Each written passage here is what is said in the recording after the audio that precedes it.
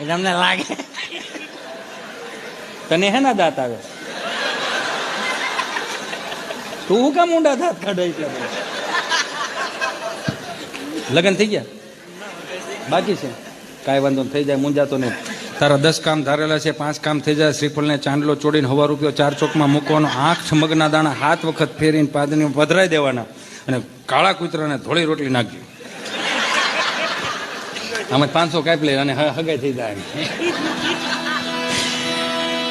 પ્રશ્ન ત્રીજો, પિતા એટલે શું?